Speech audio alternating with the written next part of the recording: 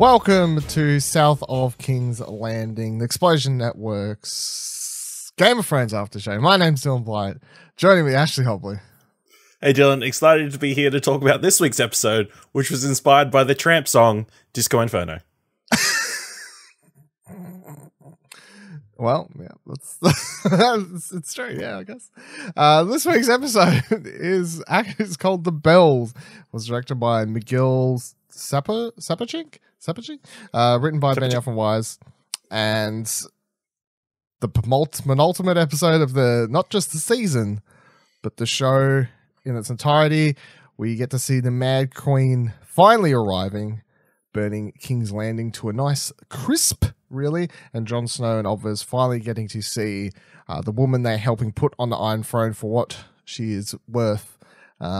Let's jump straight into it, I guess. What did you think of this episode overall? Because I'd like to say, in case you haven't seen, or if you don't live on the internet, I think that this episode has the worst reaction out of all of them so far. Or the most mixed reaction. I guess it's a good thing. You don't want people to be cheering a bunch of innocent people being burned all of a sudden. I like the episode overall. It's a beautiful episode. There's the cinematography in this is like top notch. Obviously, with all the fire and stuff, it looks pretty great. It probably wasn't as satisfying as I thought it was going to be, or hoped it was going to be. And I feel like that is a feeling that everybody's collectively feeling and reacting to accordingly. Mm-hmm. In what way? Like the entire thing unsatisfactory, or like certain deaths? I guess so. Yeah. Well, obviously, certain Cersei dying was sort of like unsatisfactory. Yeah, it wasn't like, obviously we had the Night King die the other week. No, and that was super satisfying for most people. Yeah. Or we've had Walter Frey die and Ramsay in that die in ways that felt like a victory for fans, whereas this sort of felt like, oh, she just died.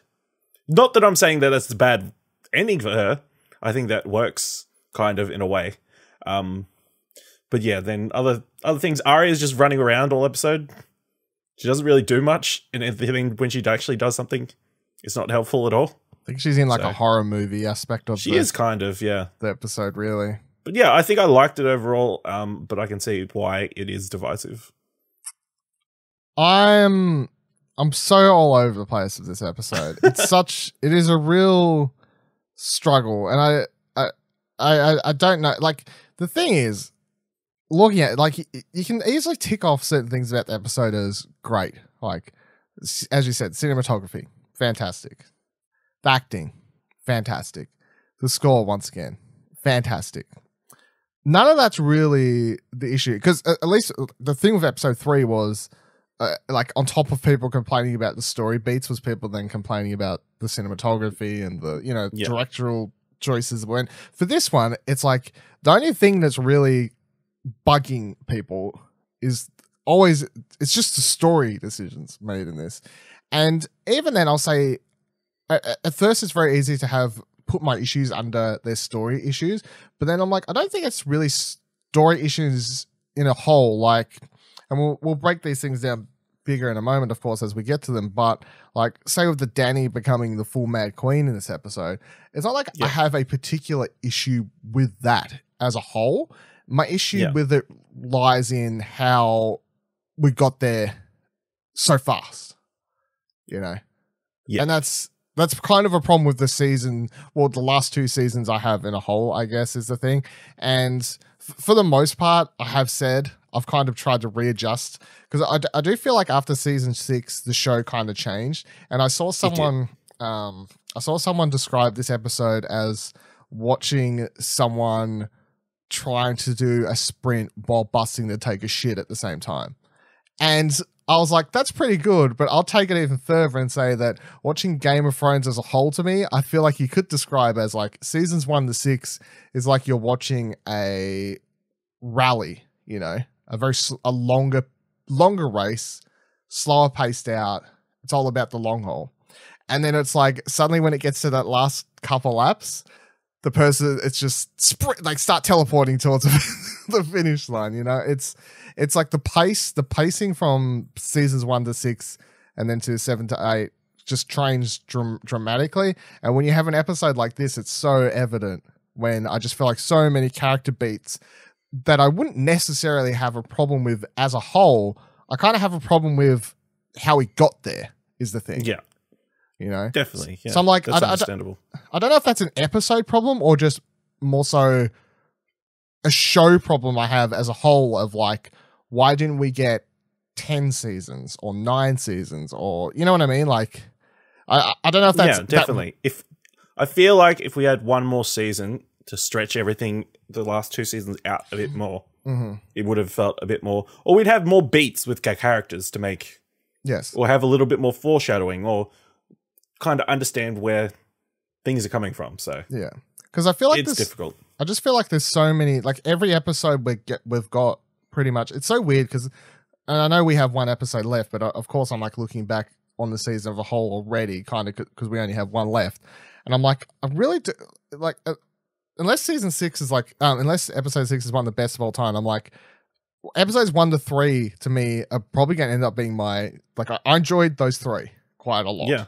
That first arc, the Night King arc, I guess, of the story. And then after this, I've just been quite iffy on it because there's so many things where I'm like, there's episodes missing of just character building, but then it's really weird considering they spent the entirety of episode 2 just character building. And I'm like, they spent the entire episode Well, they spent doing that it. character building everybody except the characters who will be in the last 3 episodes. Yeah. It's like, let's build up Brienne, let's build up Tormund, let's build up, all these whatever characters, and then whatever. Anyway. So at this stage, I know this is a really weird thing to say. At this stage, I could not tell you if I like, hate, or am okay with this episode. It's been what's the time there? It's been like nearly 12 hours since we watched it, basically, right? As of recording, and this is a really weird place to be in, where my mood towards this episode is constantly changing, and I cannot tell how I how I feel about it. I'm not quite as bad. Like, I'm definitely not in the hate, right? We can knock that out. I'm definitely not like up in arms, like the show's the worst thing ever. I'm definitely not in Nicholas Pryor territory. But at the same time, throw him under the bus. Yeah, I'm going to throw someone under the bus. He's not going to watch. It's fine. It's fine.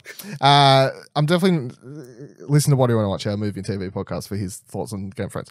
But I'm definitely not that far. But I would say, like, I'm kind of like in the, did I like it? Do I think it's okay? Like, I have problems with this thing, but I'm like, I did enjoy watching it. Like, it's just such a weird emotions happening with this episode. It's quite interesting. So maybe by talking about the episode, I can figure out how I feel about it. Figure it out. We'll find out at the end of this episode whether he liked the episode or not. So let's dive into it. So the first thing that we get in this episode is really all this stuff to do with Varys. So the episode starts with him doing this whole note thing, and then you get to see him talking to Jon as he arrives at Dragonstone about his lineage. You get to see him sending at least one raven, I guess we can presume, from the one note we at least see him writing and finishing, not the one he burns later, which is also really weird. I saw someone point out online, like, he burns a note, starts burning the note, then puts it in something and then closes his lid, which would then exhaust it and stop the note from burning. No, it's a special oxygen. Yeah. I was like, maybe there was holes in the side. I don't know if it's really that. It was one of those ones with like holes on the side, but still. I don't think it's that important. But I like how someone thought that far to be like, I mean, that's really when you're going nitpicky with the show, I guess. But still made me laugh. So we see him at least a small piece of paper. It'd burn pretty quick. Maybe we see him sending at least one raven off, I guess, about Jon and his lineage to who? Somebody. And if that's important, I don't really know. And then we also find out he's seemingly attempting to murder Dany via a kitchen worker, and I guess poison would be the presumption there. Yeah. Unfortunately, she's not eating, so. Yeah, luckily she's not eating. Yeah. And then when Tyrion spreads the news of Varys' betrayal, which when Tyrion speaks to Dany about, she kind of just blames it all on Jon, and Jon telling Sansa back in the first place, and that's the root cause of the problem, it seems, for her. It's like, it's Jon's fault mainly, and it's also Sansa's fault, and then it's also a little bit your fault, but it's Jon's fault mainly. Jon fucked up. Then she has Varys brought down and burnt to a crisp. I think it's worth noting that she never actually announces what he's done. Why? Which is kind of just Dictatory. Dictatory, but because she's just like, I am Daenerys Targaryen, breaker of chains, house, blah, blah, blah, blah, sentence you to death. There's no for, I guess, what would it be for, fuck, I can't think of the word. No like, sentence or anything. Well, yeah, but like if she was sentencing him, it would be for betraying the house, betraying me, something. Betraying the realm or whatever, betraying the realm, something. She's just like, I sentence you to murder. And then she gets burnt to a toilet. Cool shot with the dragon. Like coming out the just darkness. creeping out the back. Yeah, I think she looks really, I just think, like, obviously this whole episode does, it's just the first time you ever see her, she's like all white and decrepit. She looks very disheveled. Yes, and then because Missandei's not there to do her hair. Yeah, but somebody does it at the end. Then the shot with the dragon coming out is also just like she's there. She's in red, not quite like bright red, but also red, and the dragon appearing out of the back. But yeah, with this whole Varys storyline, I mean, I think there's not much to talk about because it was kind of just a given. He was obviously gonna go. It was an easy assumption to say he was going to get burnt to a crisp this episode after last episodes. I think. Did you think he was going to survive? Caught. No, he could have. He was. I reckon. I think this was very. You've had it in for day one, so of course you thought he was going to die. Yeah, well, he kind of deserved it a little bit, but also I guess he was right. I mean, yeah, he is right. I think the number one thing to discuss though is who do you think he mailed off and got word out to, and do you think it's going to be an important piece of information come the season finale next week? I don't think it will be. I don't know. I guess other people who like to spread rumors and that sort of thing. I guess maybe Lindsay Lohan? The Greyjoys would be a smart person to send it to. Maybe try and win their favor to back up Jon. Yeah, I'm still like, where the fuck are they? Yeah, and probably like the Maces. The Maces. You know where Sam was studying this. Yeah, because they can spread the information obviously from there. Mm-hmm. It feels like I don't know. Like I would say seasons ago, if we had more time, that would be an important piece of information that could go. We only have an hour 20 left, and I'm like, is him really calling in like some other people going to be a relevant thing for the plot for next week? And I'm like, probably not. It was probably just a thing that's going to get kind of forgotten about, I guess, as they wrap it up without ever dealing with that or acknowledging it. Special person could be flying in with a army, on elephants. Then my thing's going to be like, well, how fucking long? They better like skip ahead a month or something like that. Where the fuck are these? Everyone just learns to fucking teleport all the time in this show now. Doing my head in. But yeah, I don't know how relevant it'll be. We'll have to see. R.I.P. Varys. Rest in peace. So then later we get speaking with Tyrion and Grey Worm. Dany kind of begins talking about her plan and what she's going to do, I guess, which is from the get-go, says, we'll just burn it all down. Tyrion begs her to not burn the tens of thousands in the city, but Dany is blaming it. She kind of seems, and I took it as like she's blaming it on their loyalty to the queen. Like she's been like, well, if they don't want to die, maybe they should fuck off, kind of thing. How did you take her just being like, this whole thing? I think she's at the point where she doesn't care. She just wants to be queen. Yeah. Gives zero fucks. So those were the first signs, obviously, that she was going to do something batshit crazy. Yeah, I guess so.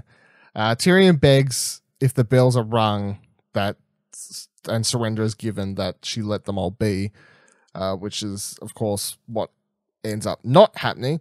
And then Tyrion Dany sends Grey Worm off to join the fleet before warning Tyrion that he's on his last chance because they caught Jaime trying to sneak into the city.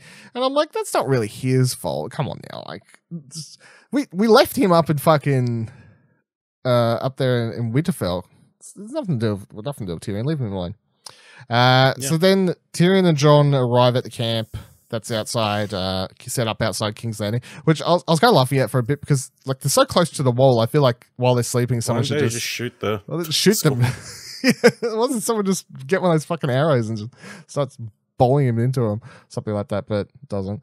And then while they arrive there, we also see and get the Hound and Arya arriving on horseback, and I was like, yeah, nice timing. They happen to have made the trip from Winterfell down to King's Landing in the. Well, they left the same time as all the other people And yet they got there after everybody had obviously in that time, John's like gone all the way over here, over here, over here, over here. I know, but it's not like they turned up the day before. Yeah, it's not we like know the boats have like jet engines before.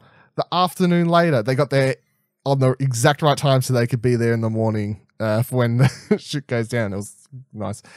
So they their plan as they get through the guards is they're like, we're just gonna go kill Cersei. Just let us through. We'll stop the be no need for a war.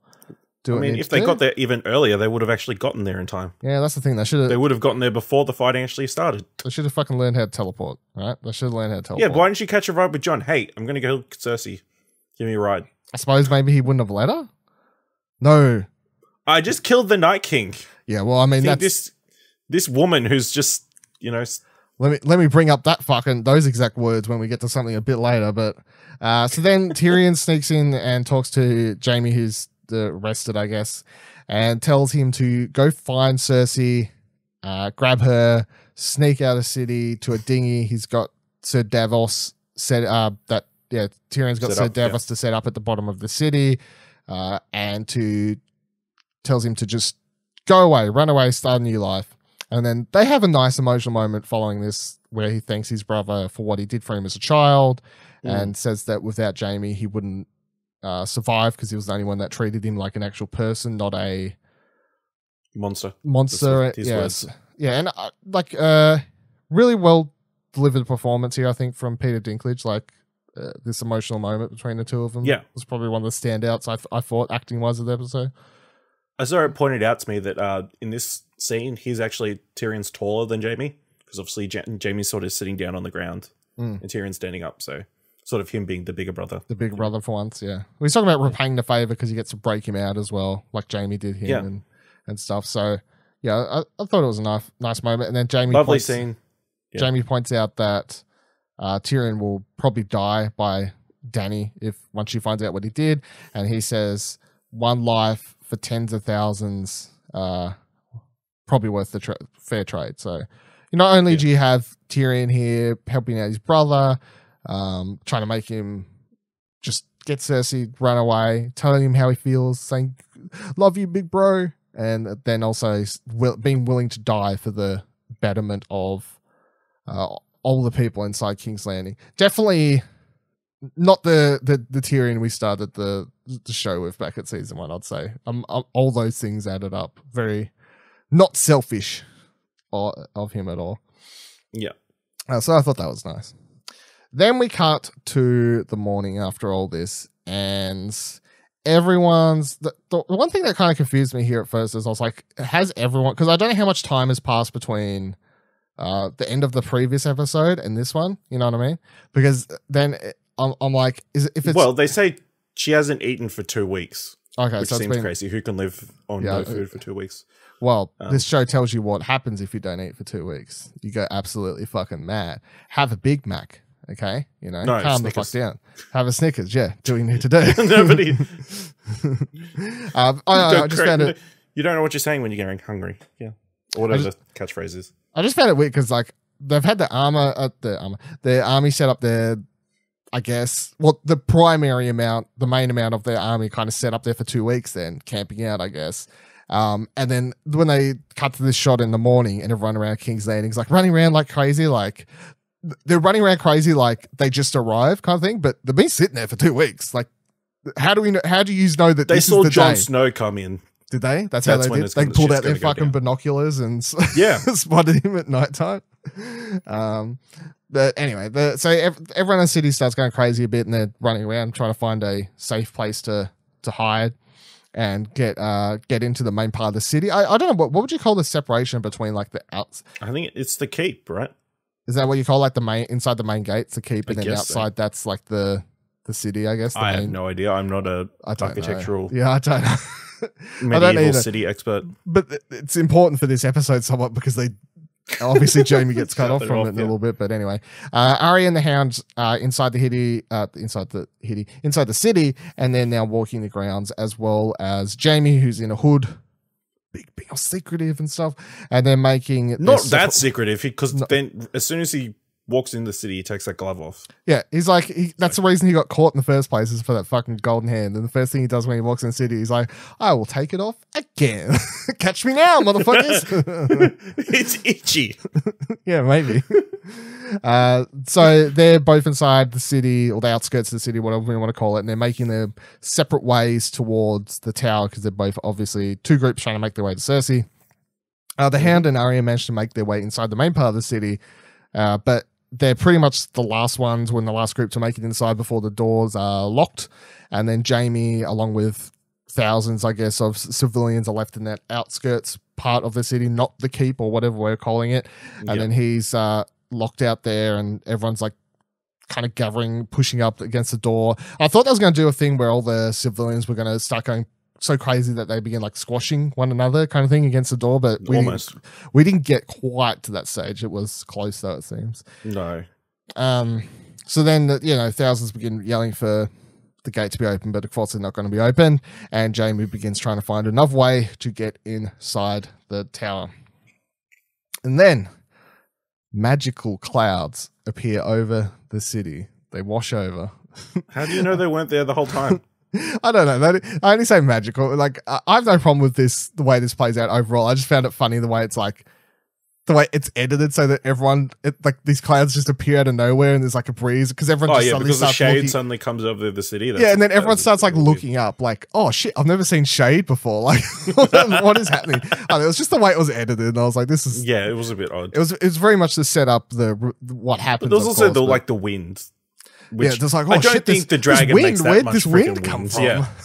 Where'd this come from? Otherwise, people be blowing away every time he freaking lands on the ground. Yeah, exactly. Or takes off. Yes, exactly. So I have no problem overall with this scene. It was just this start part that made me laugh a little bit, with everyone being like, oh, what's that? A cold breeze? Like, what's happening? What's happening here? So all these clouds start appearing, and then the sun kind of glaring through, and Dany uses this to her advantage and rides in from right above through the clouds and comes down and starts taking out all of the boats, the fleet first, where Euron is. Euron starts trying to shoot at her, but the couple shots they manage to get off miss completely. But by the time they can react to her, they can't like aim them straight up, I guess. They could only aim them like a certain direction upwards. And then also when they try and aim up, the sun's glare is making them. It's bright. Miss. The sun is very bright. It's very bright. It's very bright. You shouldn't look directly into the sun. That's 100% true. I had no problem. I kind of like this, like using the sun and whatever else to her advantage. I mean, it's a smart plan, right? You got dragon, you got smart plan, sure. But then it does kind of, again, dig in how stupid, to me personally, it digs in. It was the element of surprise. It's not that. It's kind of that the dragon's overall power levels is seemingly changed to fit the plot as it's happening, or like how epic and not epic and dramatic and not dramatic and how powerful they want them to be given on a certain day in episode. I just think there's an inconsistency with the dragon's power and ability throughout the episode. No. You know? I think it was fair last week. They were hit with the element of surprise. He was flying in a straight line, not diverting at all, and he got quickly hit with 3 arrows. Didn't learn anything from old what was the youngest? Rickon, yeah. Didn't learn anything from fucking Rickon. Zigzag, mate. Zigzag. You need to zigzag the whole trip down to Dragonstone. Yeah, exactly. You need to zigzag at all points in time. So Dany rides in, she takes out the TIE fleet. Euron has to jump off ship at one stage to be able to survive here. And it's like, oh shit, it is on, son. It is on. It's on. Dany then begins burning the mounted weapons on the walls, and then as she begins taking those out, eventually we cut to the front where Jon and Grey Worm and the rest of the army were kind of just facing off against the Golden Company. No one's beginning the battle yet because Grey Worm got told to wait for the sign. The sign comes when the gate just suddenly fucking explodes from behind, which I like to think. I don't know how much he landed, because I just like to think that the dragons like landed a little bit inside the city and then like being all sneaky, and it's creeped up real close to the gate, and then like just boom. I don't think that's what happened. And then They could hear it coming. Yeah, they could They hear it just didn't slightly. realize where it was. Yeah, they were looking around a little bit, but I still like to think this dragon should like They didn't snuck up real it's close. right behind us. Yeah, you'd think you'd Yeah. notice it, And but, in one explosion, he took out the entire Golden Company. yeah, which is quite funny because they built the Golden Company up to be this big, like they're trouble. Adversary. They're going to be real trouble. Yeah. And I've read about them in the books because they introduced into the books a lot earlier. Apparently, like I don't know, like book 4 or 5 something. I fucking don't know, but they introduced a lot earlier, and several times they win battles quite easily, and in the books are proven to be this massive, force to be reckoned with, one of the smartest battle groups ever. And then in the TV show, they never do anything with them. They just introduce them, and then they get blown the fuck up. It was quite funny, but I like the way it all happened. Of course, the gate bursts open, and most of them are taken out. And There's the smug guy, the smug general guy. I yeah, guess. smug general guy. He's just the last one left there. Well, there's a couple of us, but we see him kind of running away, and then he's gets stabbed speared through the in the back back by Grey by Worm. Worm, which was you could tell he's taking that, like, even though he wasn't the one that cut Missandei's head off, it was like, Yeah. here we go, let's kick it into gear. You first, and then about another 1,000 of you motherfuckers left. So they all charge in, and overall, this sequence was quite cool because obviously Yep. it's necessary to, and it kind of just shows and is necessary for the rest of the episode because it's like how easily they pull it off. Yeah. Really, They won in like 10 minutes. yeah, they won so easily, and that's like the point, kind of, to Yeah. show how easy they won, and they not would win, but they literally win in a moment. And so it's although it is funny, the Golden Company built up to this big massive thing, and then bam, just take it down. I was like, yeah, it's good. So, and then we do get to see Cersei's reaction to this for the first time, and overall Cersei in this episode.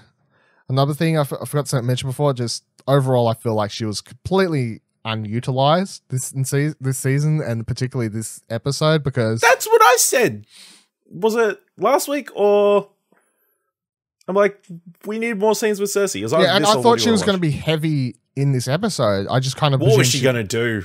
I presume that she going was to carry a sword or anything. Well, no, I thought it would just be kind of spending a lot of the episode with her ordering people around, reacting to things, I thought it was going to be a much more. Yeah, it didn't go the way we thought it was going to go. It went the complete opposite way that we thought it did. It was more of a landslide victory than we expected. Yeah, 100%.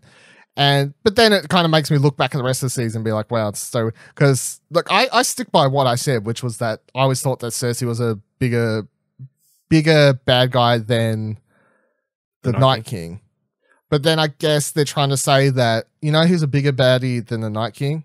Cersei. Who's a bigger baddie than Cersei? Dany. Yeah. I guess that's you know the what point. they say. You know the saying, there's always a bigger fish. There's always a bigger fish, yeah. So we do get to see Cersei. She's watching up in the shower. She's a little bit shaken. You can tell by the look on her face. Shower? The tower? Sorry. Yeah. And she's witnessing what's happening, but then she begins making excuses to Qyburn, whatever is it, how do we say his name? Qyburn, sure, thank you. About what's happened. At first, he's like, we need to go, and she's like, no, the fleet will protect us, and he's like, the fleet's taken out. She's like, oh, well, our people will fight harder. They'll fight better than any sellswords. The Red Keep's never fallen, and it won't today. Like, she's very naive about what's happening around her and the whole situation that's happening. Not really up with what it is. And then but when she said the Red Keep has never fallen, it won't today, I heard that, that voice from things like, spoilers, it did. Like Yeah. Ron Howard. Yeah. Ron Howard thing. Yeah. That's exactly what I heard in that moment. So that was quite funny. Okay. So then, was there anything? I thought I was going to say nothing I was going to expand on here. I thought it was, but never mind.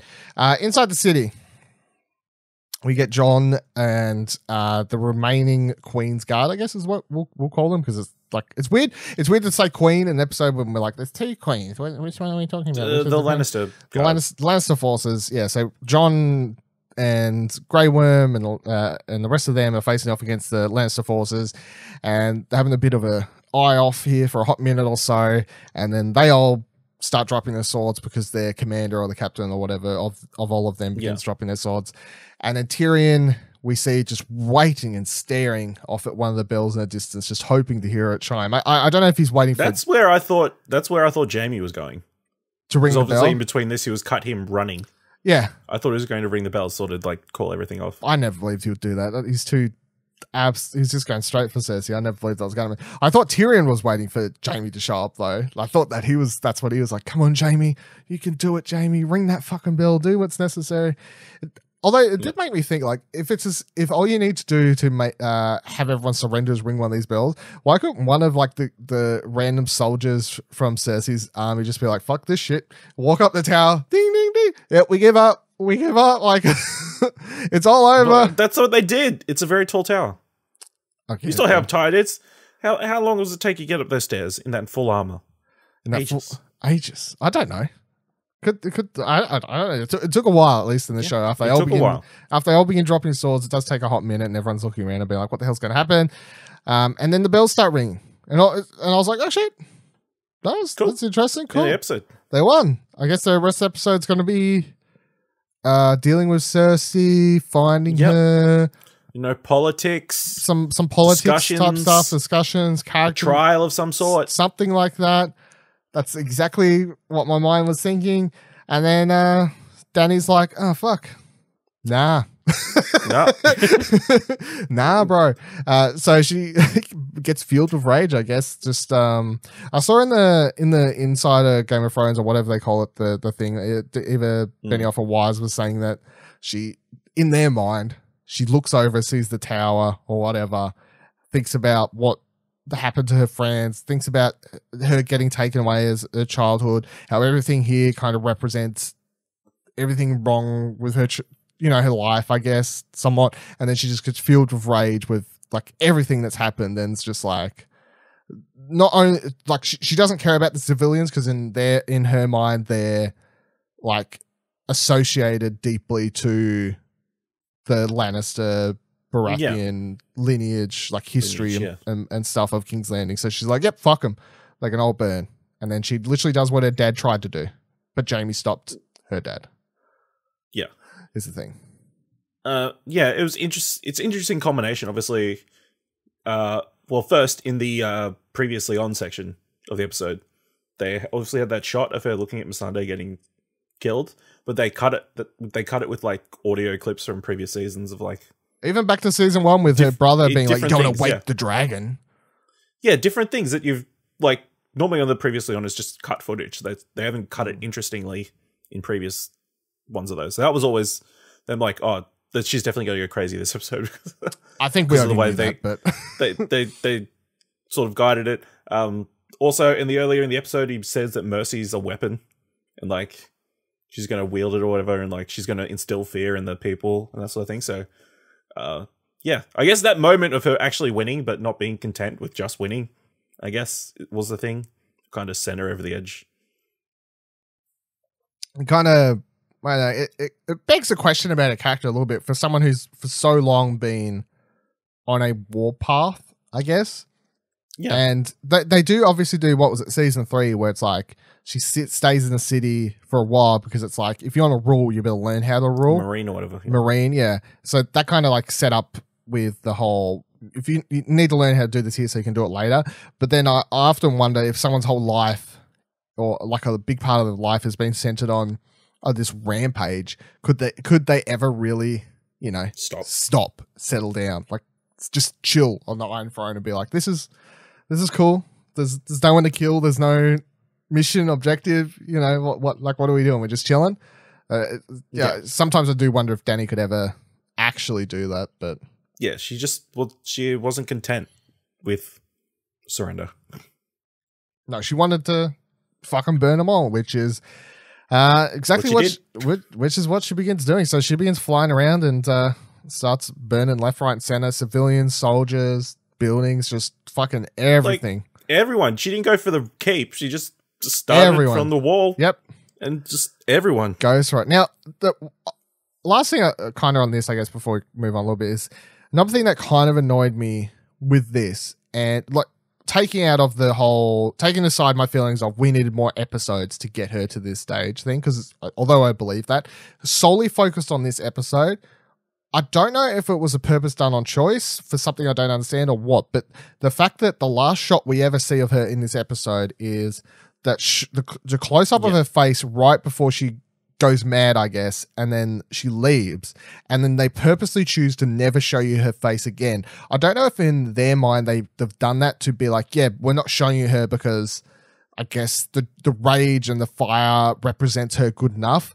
But then to me, I'm like, I don't know, I might have found it more interesting and more emotional to see the rage-filled Danny riding around, like doing this, you know what I mean? Like some emotion behind it, because maybe they think the void of Danny and just this drag and destroying everyone's more important and impactful. But I'm like, is it though? Like, I don't know. Where do you fall on that? Because it's obviously a choice. That was definitely a choice. Something I noticed during the episode. I'm like, wow, they're not showing Danny at all. She's just this figure. Yeah. Destroying shit. Yes.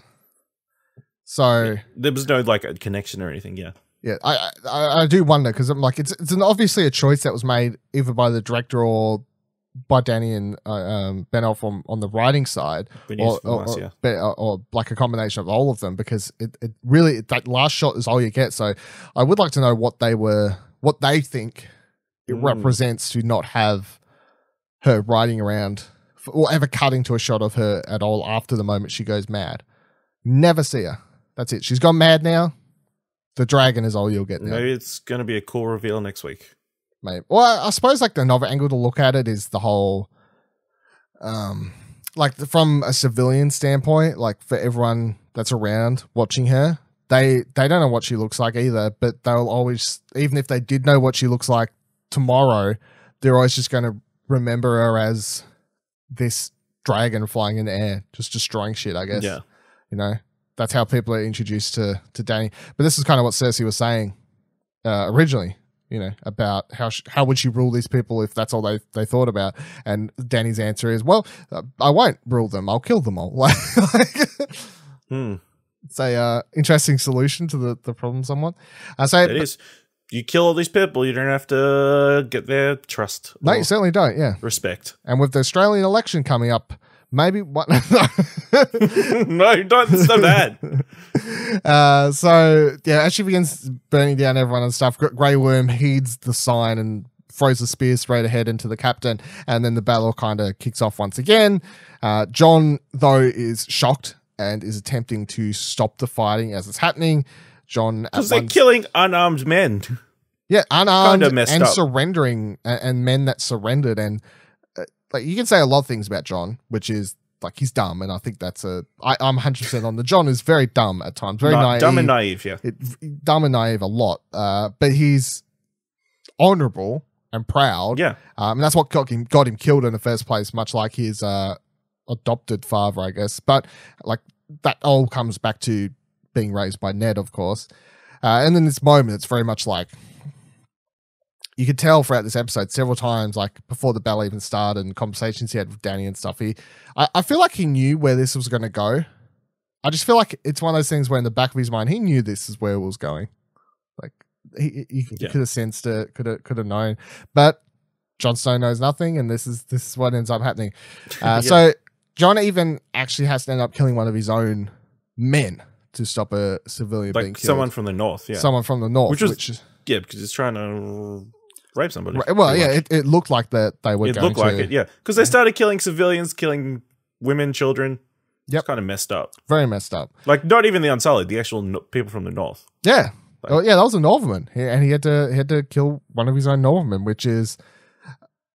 As I said, like, we only got one episode, which is kind of annoying, because I'm like, the fact that Jon Snow kills one of his own Northmen is such an interesting point to explore. You know, like what that would do for him as the character, what that would do for potentially other people. I don't know, just there's lots of things there, and we're not going to get the chance to, but at least in this moment, it kind of shows that Jon, above all else, is honorable and, you know, stands by what he believes in, apart from Danny, which he obviously doesn't believe in anymore. I don't think she's kind of crossed the line here. Davos too, we can see at one point beginning to help lead civilians to safety amongst all the chaos as well, which I'm sure he's thinking similar things about what the fuck is going on? What are we doing? There's even one shot where John and Grey Worm share like an evil kind of look at one another, which I'm like, are they going to fight? Are they going to fight? But they never did. Week. They never did, at least this episode. Yeah, maybe next week we'll have to see. Danny then makes her way up to the keep, destroying it as starts like knocking out several of the towers, I guess. Somehow getting to the one Cersei's in last. Or at least not. Well, she wants to make us squirm. I don't know if she knows which one she's in, though, is the thing. That's true. The big one. She was in the big one. Yeah, maybe. The main one. And as this all is happening, Jamie has made his way around to the bottom of the tower there, the keep, or whatever the fuck, and the secret boat where he would be leaving.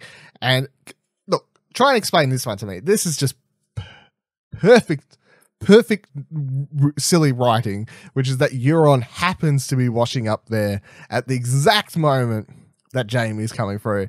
This one was the worst contender for me of the whole episode out of coincidental bullshit that was happening. Maybe he knew about that secret passage. Not having it. Well, yeah. Also, I can't help coincidences, Dylan. You can't help coincidences. Well, look, I talked about this obviously last week. I don't like Euron. I think he's badly written and shit character. And then also him washing up here, and then we get this fight between Euron and Jamie, where Euron stabs Jamie right through his body once, and then another side, and then Jamie eventually comes out victorious as he takes Euron right through the gut at one point, and Euron just lays there dying, and his last words is real happy because he gets to be like, I'm the one who killed Jamie Lannister, fuck yeah. And he's probably thinking, yeah, I put a baby in your sister. And he's like, I put a baby, but you really didn't. And as I said last week, came to full fruition. I gave zero fucks about anything that was really going on here. Yeah. Zero fucks. It's like Euron dying was the least eventful thing that I could care about in this whole episode. Boring character. Now, I say, like, I feel like I mostly critique this show fine, right? You know, I don't feel like I'm too nitpicky. But with Euron, terrible character. It's the only terrible character on the show, as far as I'm concerned. Now, some people would argue that they've turned good characters into terrible characters with bad writing. No. I'm saying on a base level, Euron was never a good character. He was never good then bad. He was always bad. Yeah, he was an evil character.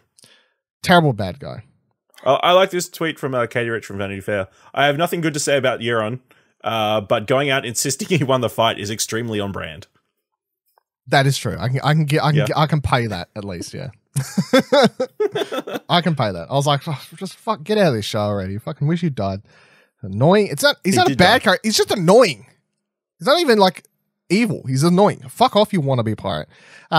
So then we got Cersei, who's still up being very naive in the castle about the whole situation that's happening, but then she finally heeds Qyburn's, whatever, warnings, and they begin leaving, heading down the tower. She's, everything kind of beginning to rumble and fall around you. Might be the final say, especially as you're looking at it and you see this dragon literally burning at this point half your fucking city as it makes its way zigzagging up and down like she should have always rode the dragon up down instead of straight, but never too late to learn. At the bottom of the tower, we have Arya and the Hound finally arriving. And he tried. Now, this is another thing that I've found quite weird, because they get there, and then the Hound says something along the lines of, listen, girl, the whole place is crumbling. The dragon will kill Cersei, or this will, or the Dothraki will. It's not safe for you. You might get hurt. Why don't you head on home? And whatever variation of that he said, to which I was like, you're saying that now? This fucking bitch just killed the Night King, and you're trying to be like, oh, listen, little precious girl, are you going to be okay? You should head out because it's getting dangerous now. It wasn't dangerous when we was fighting the Night King. It was dangerous when there's rubble. I'm like, come on now, just fucking. To be fair, there was no coming out of that building.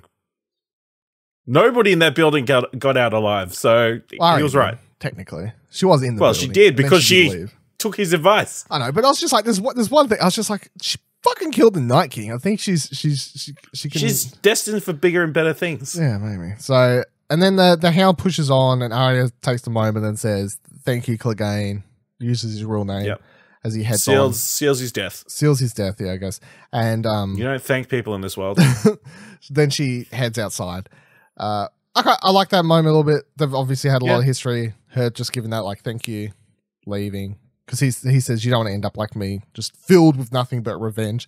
But then at the same time, I'm like, and we can talk about Arya. We'll save that for a little bit because I've talked about most Arya stuff towards the end of the episode. But I'm like, I think Arya's just going to want revenge come next episode anyway. Surely, like that's what we're. But so inside the tower, hey. We'll get to it. Yeah. Inside the tower, the Hound finally comes face to face with Cersei, a couple of guards, and his brother. Now, the couple smaller goon guards charge at the Hound at first. The Hound takes us out with ease, and then he says, I like this line where he's just like, hello, big brother. I was like, oh, shit. Shit's about to go down here. Then Cersei, as the mountain begins walking towards his younger brother, Cersei begs Sir Gregor, stay by my side. And then Qyburn, whatever. Like the first time the mountain's disobeyed. He's about to fucking die. Fuck his name. Fuck him. He's about to die. Fuck you.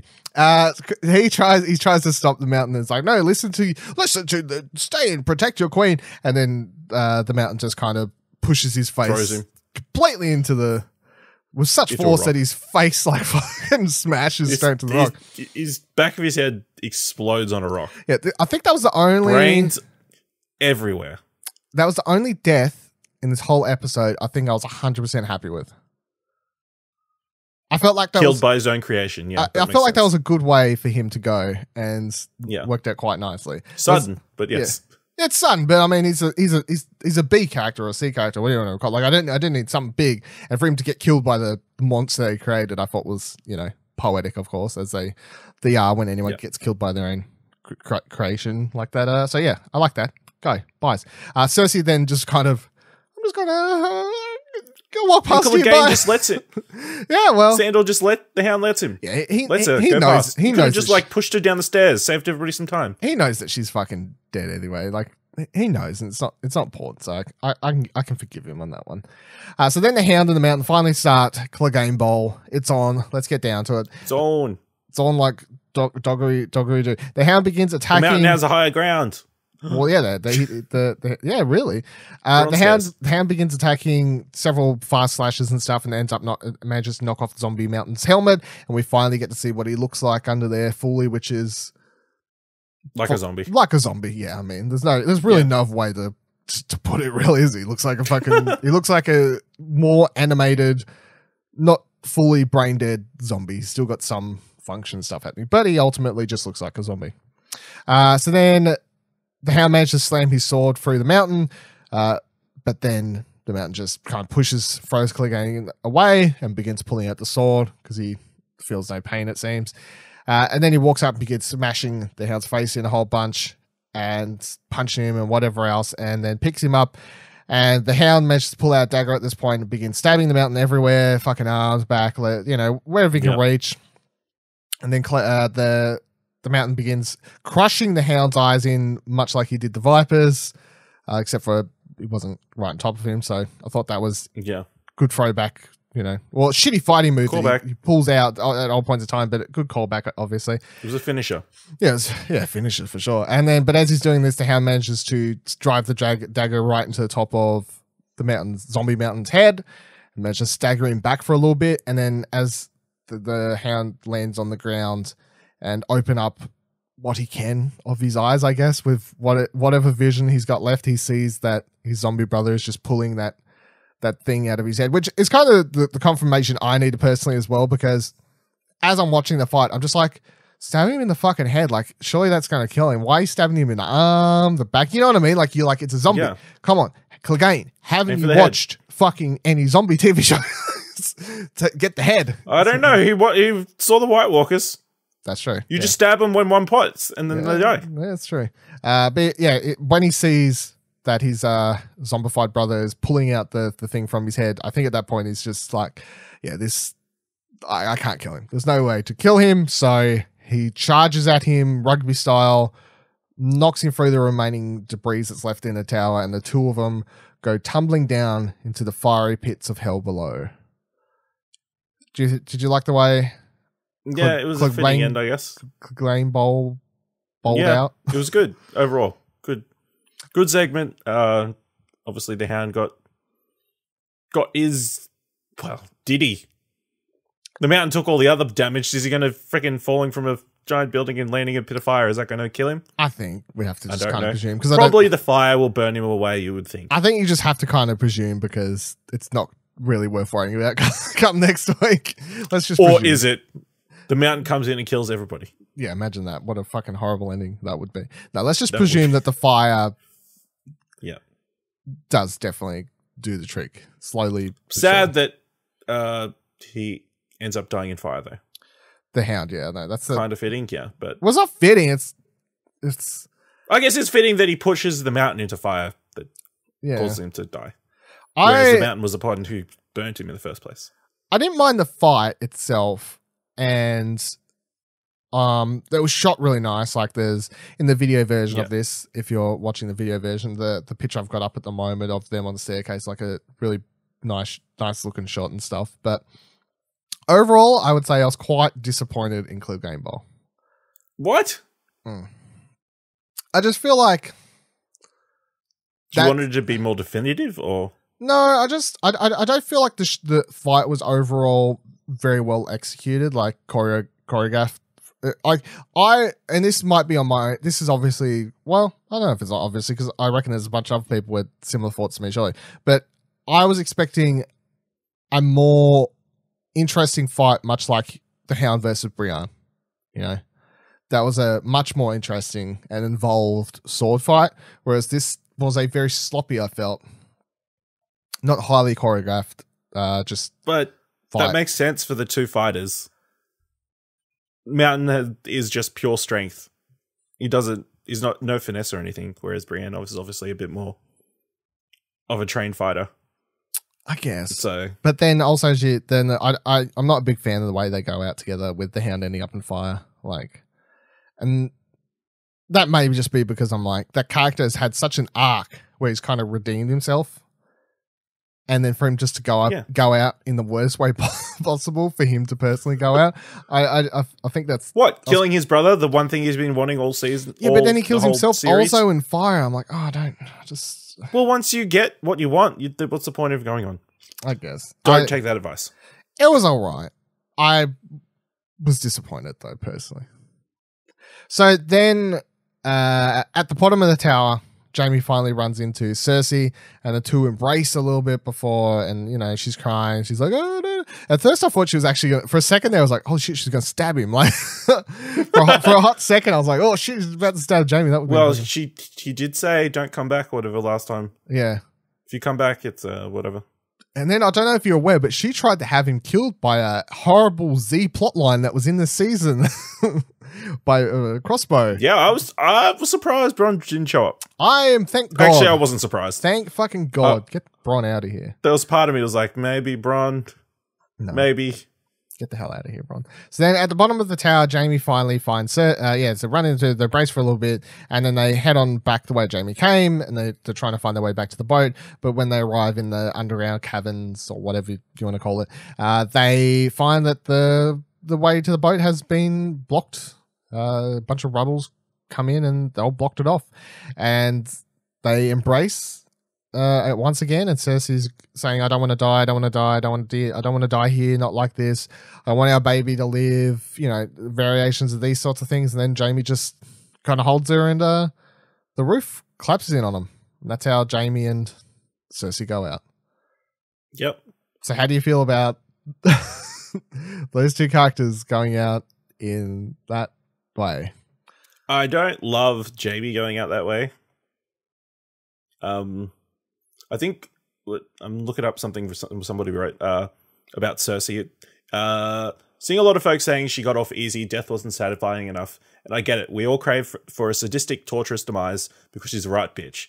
But man, people writing the writers really hard this season for a bunch of people who would be lousy at writing. Cersei died terrified, for once fucking afraid and meek and mortal in the collapsing tunnels of her roasting capital, no final stand of glory grandeur, with no witness to a martyred queen's end at the hands of a political assassin or usurper tyrant, she died without glory obscure. So, I guess, in a sense, it's kind of fitting that she dies with a whimper more than a roar. Yeah, I personally don't really have any problem with the way Cersei dies. Like, if she'd got down to that cavern by herself and just gone out the exact same way, just by herself, kind of cry, because this is the first time we also see her cry, like in this episode. Yeah. She finally breaks, of course, and that's what. Like this episode. Yeah, because she's obviously been keeping in. There's those other times where year on, you could tell she was nearly close to crying, but she was keeping in, being all tough and. Are you talking? Yeah, well, are you talking about the season or the series, or it's the first time she cried when the kids died? Yeah, obviously. we've seen her cry like once or twice before, I guess, but not really in this fashion, like this, and not since then, and especially the last 2 seasons where she's been trying to be so strong and tough and stuff. So if she'd got down there and then died the exact same way, you know, whimpering and crying and begging and praying for her life or anything like that, just without Jaime there, I would have been quite fine. I think Jaime's death, I don't know, I don't like it. Full stop. That's like I'll just lock it in. It's kind of sad that one episode ago he was with Brienne. Yeah, I don't understand what they did with his character throughout this entirety of this show.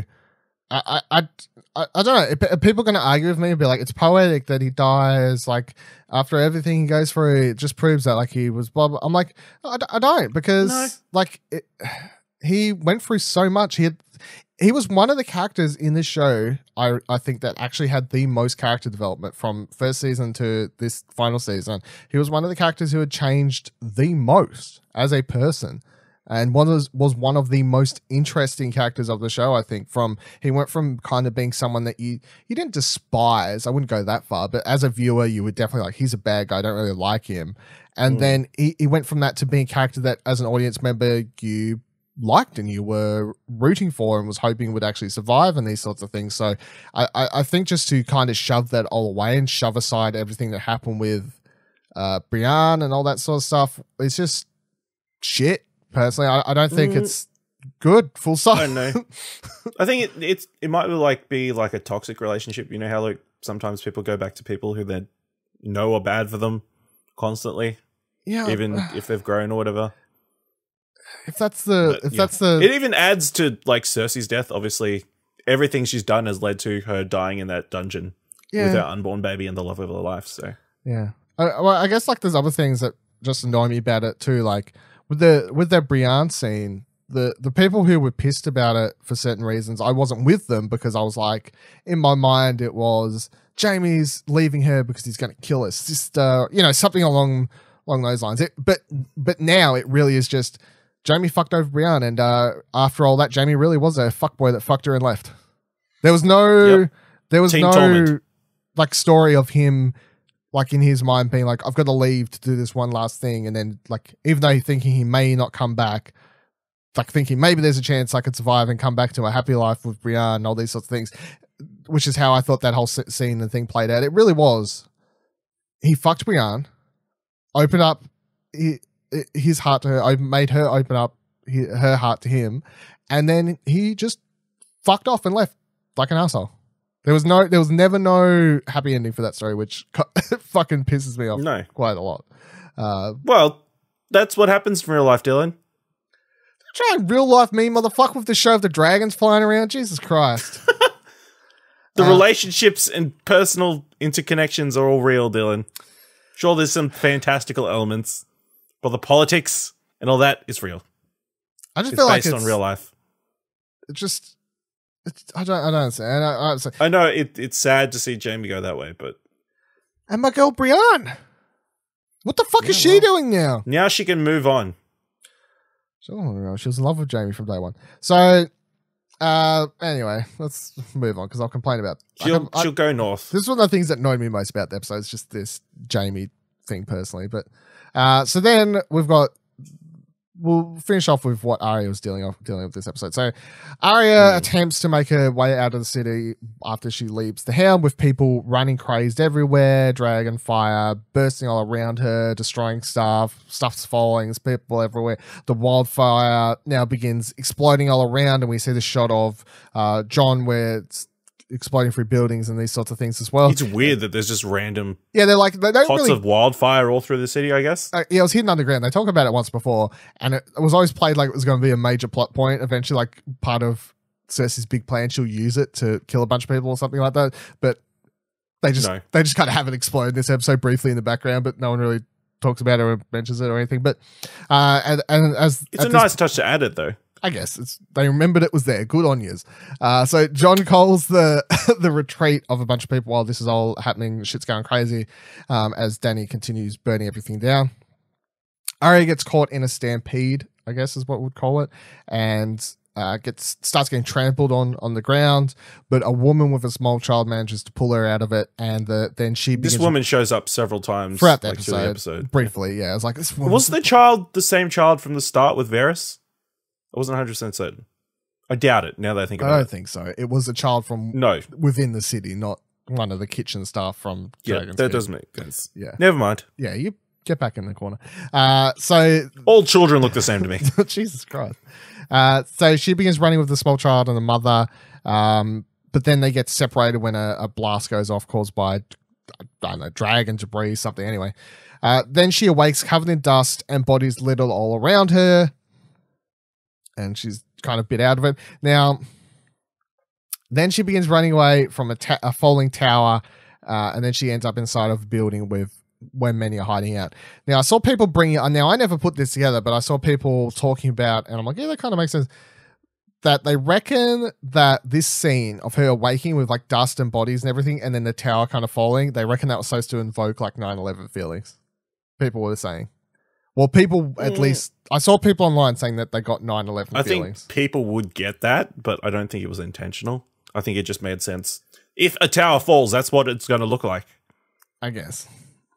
I don't know if, I don't know what they would be going for. Especially when they're just walking on sand. Yeah, I found it interesting when I saw someone bring it up, and I was like, oh yeah, I guess I could understand how you could see that, but then I'm like, what would be the purpose in invoking that imagery? Like, what's it mean for Arya as a character? And I couldn't figure out. It's a metaphor for Dany being Al Qaeda. Wow. Yeah, that's one direction to go about, I guess. So yeah, she ends up inside this building, and then there's a bunch of people hiding out in there, including the woman and child who she just ran away just before, and she tells them that they need to leave and they need to begin running or they're all going to die, which of course leads to death in a moment. But I still think she was right to make them leave, because staying inside a building that could just get blown up at any second or crushed or something, I think they're all in it. They are all in a situation of either run and try to get the fuck out of the war zone, or I just feel like they're kind of fucked. So I don't feel like Arya made the bad decision of saying let's go, because one Dothraki could walk in that building and just kill them all anyway. You know, like they're just going around slaughtering people, which is a meteor could fall from the sky and hit us at any moment. Calm down. It'll only hit you. You're in Queensland. I'm in Tasmania. So two meteors could split and. So when she begins running down the street with this woman and child, and we get to see Dothraki, at least one Dothraki person charging from behind and like just kind of what? Side note: killing people. Heaps of Dothraki. I told you this though. Remember the other episode where I was like, I thought they were overestimating how many Dothraki they had. No, remember the other episode? I said last week that they literally said only half the Dothraki were gone, and you're like, oh yeah, but no. I don't know where the other half were during the battle for Winterfell. I have no idea. However, half the Dothraki survived. So, like, maybe half the Dothraki stayed south because it was too cold. Maybe, I don't know, but the half half of them stayed at Dragonstone to protect that. Maybe, and the other half went up. Yeah, I can't keep up because they drew straws as to who was going to go up to the cold north. That's what happened. Yeah. Fanfic. So she's, yeah, I think you're fan thinking a lot of stuff. So the Dothraki is kind of hitting people all around, and the woman appears to be, I don't know, was she hit by the Dothraki or just kind of trampled on a little bit? I couldn't figure out I think she was trampled on a little bit. Yeah, that's why I wasn't quite sure, but she's trampled on a little bit. Then Arya goes back, picks her up, tries dragging the mother and the child up the street a bit further. And I didn't mind this whole sequence because it was, as I was saying, like Arya's whole sequence of events that happened here kind of played out a little bit like a horror movie, especially while this is all happening, you see the dragon in the background kind of just coming in. And you know what's about to happen while they're all running down the street and getting knocked over, and Arya's going back to help them and all these sorts of things. And then at the last second, the woman falls and she can't get on the ground. She's yelling to Arya, just take my child. But the child's obviously trying to get back to her mother. And then at the last second, because the dragon's coming in, Arya has to let go of the child and jump out of the way of the street to get away from the dragon fire which is coming through. And then when the fire has stopped, Arya walks back into the street and she finds the woman. No, she's like unconscious on the ground. Oh, she's knocked out for at least, it could be hours, I guess. Yeah. Did your heart skip a beat? I thought she was gone for a second, but then I'm like, they wouldn't have done her like off-screen death wise, you know what I mean? Like it wasn't too, for a hot second my brain was like, oh shit, but then I was like, nah, that's not the way they'll do it if they were doing it. There's no way that wouldn't happen. Yeah. They didn't like, the shot was good because they didn't stay on it too long. Yeah, it scared me for a second, but not long enough because I started thinking, oh no. So yeah, Arya awakes after this, I guess. It seems like it's hours later. It seems like at this point Dany might have stopped even, like it's way later. And Arya walks back out into the street and finds the child's body wrapped around her mother's in a big old charred mess together. And then she spots a horse, which she then pets and rides out. I have no idea if the horse is simply there as a way to get her out of the city or that section of city a lot faster, or there was some symbolism there. And if there's symbolism to do with the horse showing up and all these sorts of things, I have no idea. And I completely miss whatever symbolism they may be going for. But I honestly feel like there's supposed to be symbolism there, but I'm just missing it. Yeah. There's some sort of explanation for it. We haven't figured it out yet. Or, have you seen the other theory that the horse is Bran? Bran's walking. Bran's doing something useful? Fuck me dead. No way. I don't believe this theory at all. Yeah, that's why it's not believable. There's no way Bran would do something useful. That's a load of shit. No way do I believe that. But, I mean, that would be cool, but no. No way that's happening. I just thought it was supposed to be symbolic of something, but I'm like, a horse? From the fire, a horse emerges. Like, the horse has nothing to do with the Starks. Like, I don't know. I was trying to put it all she's sort of riding off into the sunset. That was her last hurrah, maybe? No, because she's in the trailer for next week. It's not like she disappears. Is she? Yeah. You see her, like, looking through the crowd at one point. But I feel like that she doesn't want to fight any, like, all her life so far she's wanted to be a warrior. Mm-hmm. I think this experience is like, yeah, I don't want to. This isn't the life I really want. You reckon? All right, well, let's tie that in because we'll talk about what we think is going to happen in the final episode now, I guess. But yeah. So do you actually think that Arya now, after what's happened, is just going to take off for a city? Because unless I'm full of shit, I'm pretty sure that I saw her in the trailer and was. I'm going to double check. Just you keep talking. What you explain to me what you think is going to happen. I don't necessarily think she's done with fighting. I think she realizes there's a bigger picture and she needs to help Jon overcome Dany, if that's what the plan is. But I definitely think she's not as hellbent on being a warrior for the rest of her life as she was when we got into this episode. The start of the season, she wanted to be an assassin for the rest of her life. She wants no one. She's not a lady. I think if we're going towards a happy ending for the season, for the series, I think she will end up with Gendry, and she'll happily live her life out as the Lady of Storm's End. I don't want anything you just said to happen. I just double checked the trailer. As I said, there is you see her walking through like a building or something like that, and then they show her what looks like looking through over the shoulders of soldiers who are all like obviously lined up looking at Dany, I guess, or whatever's happening. But it's now this is where based solely on this shot is where I'm going to dive my first sink in theory. Ready? Here's my first like throw, a wind, sink, and complete miss, because I'm pretty sure we've been wrong this entire show.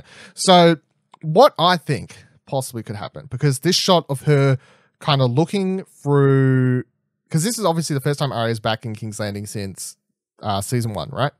Last time I saw her in a similar shot was her looking over a bunch of people in a crowd watching the higher ups up there doing something, was the moment she saw her father get her head chopped off, right? So that's what that shot in the trailer kind of evokes from me. Similar feeling. And I'm like, maybe Dany's trying to chop Jon's head off or something like that for treason. Something along those lines. And I can definitely see Jon, Davos, Tyrion.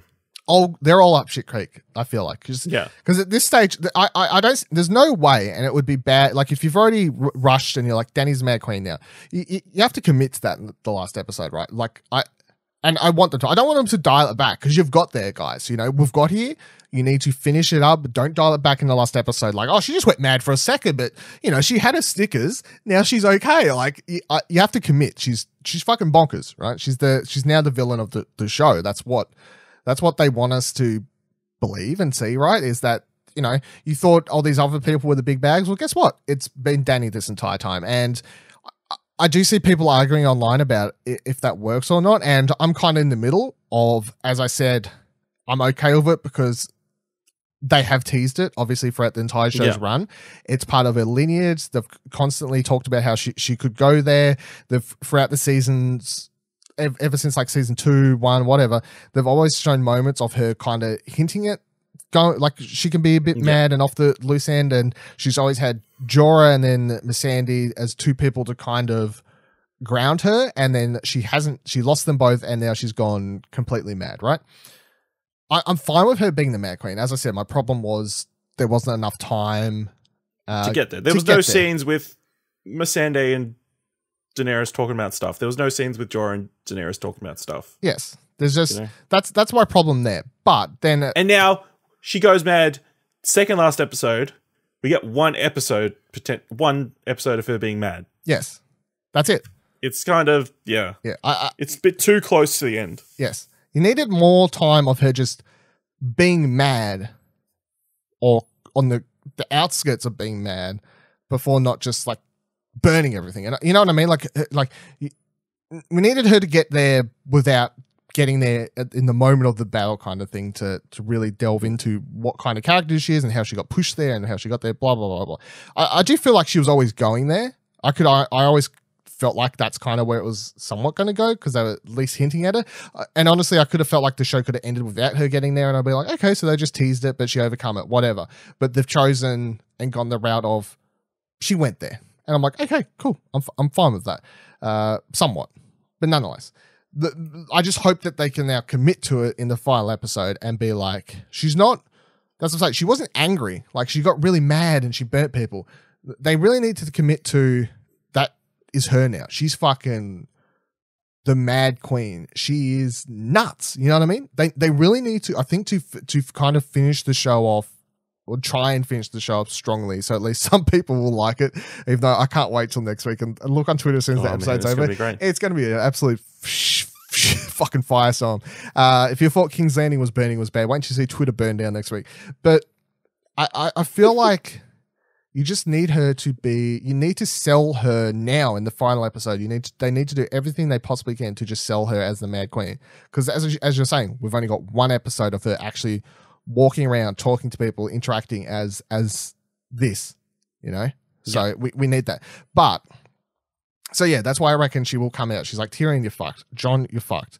What the fuck? Davos, you're fucked. Whoever else, you're all fucked, right? Now, I'm hoping that we can, not Sansa, Arya will be the one to kill her. And I can see this shot of her in the trailer watching, right?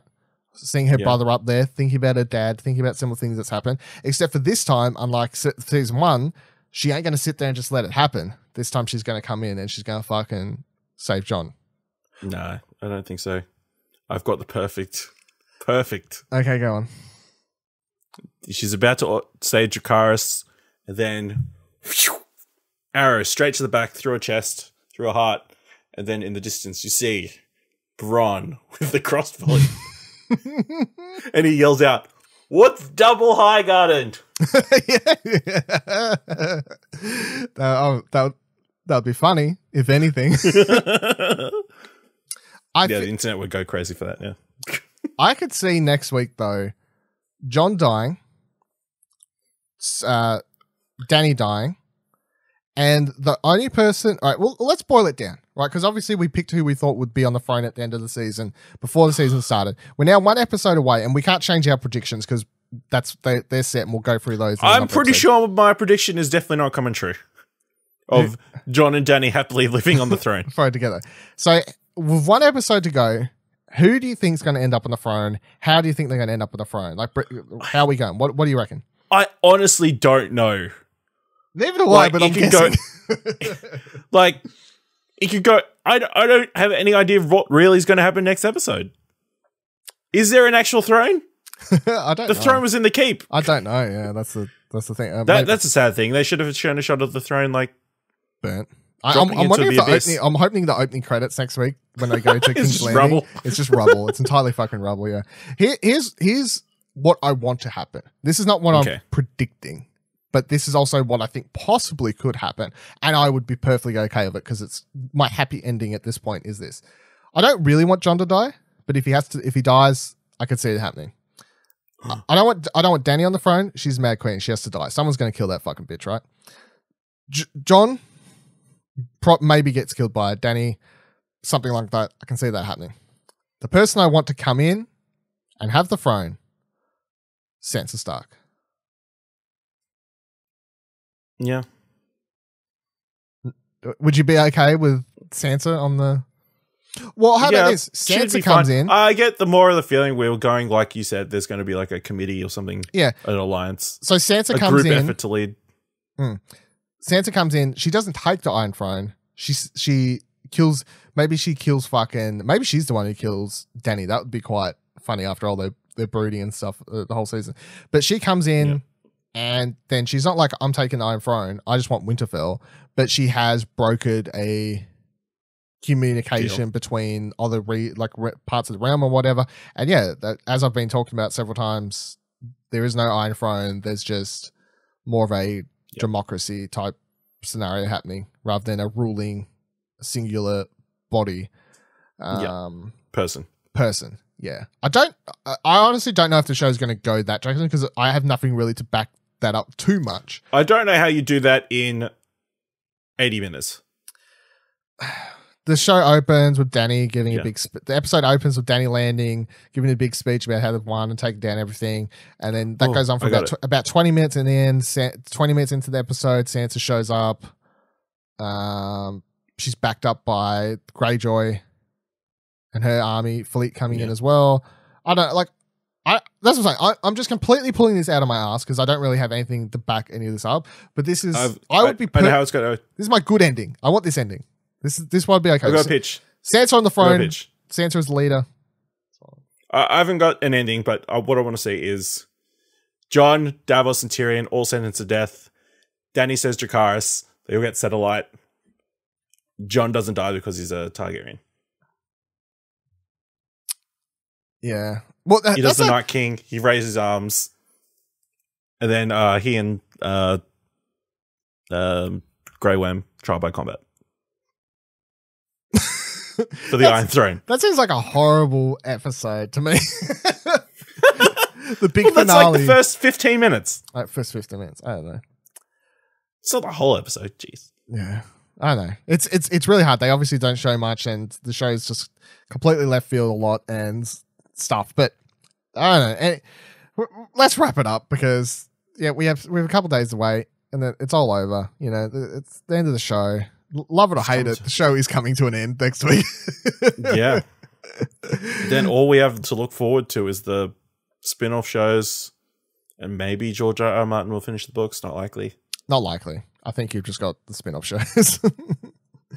I would be interested to see who wants to read the books now that they know how it all plays out. I don't know. I feel like if you were someone who was going to read the books, you would have read the books by now. I find it weird. No, like the potential future books if they ever come out. Oh, well, look, if they release, like, say the last two books magically drop tomorrow, I would Wikipedia the plots of them, obviously. I would never read them.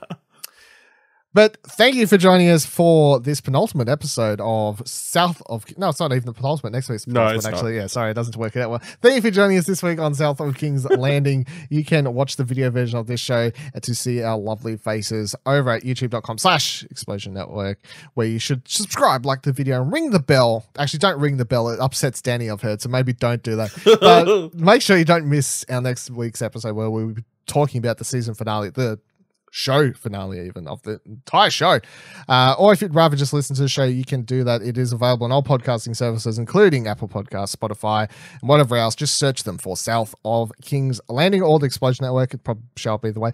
You can follow me on Twitter at Vivaldil, VIVALADIL. You can follow Ash on Twitter at AshLeyHabley. And you can follow the Explosion Network, of which this is a product on at Explosion Pod. Thank you for watching, listening. Thank you for being along for the ride. Till next week, remember, the North remembers. Bye.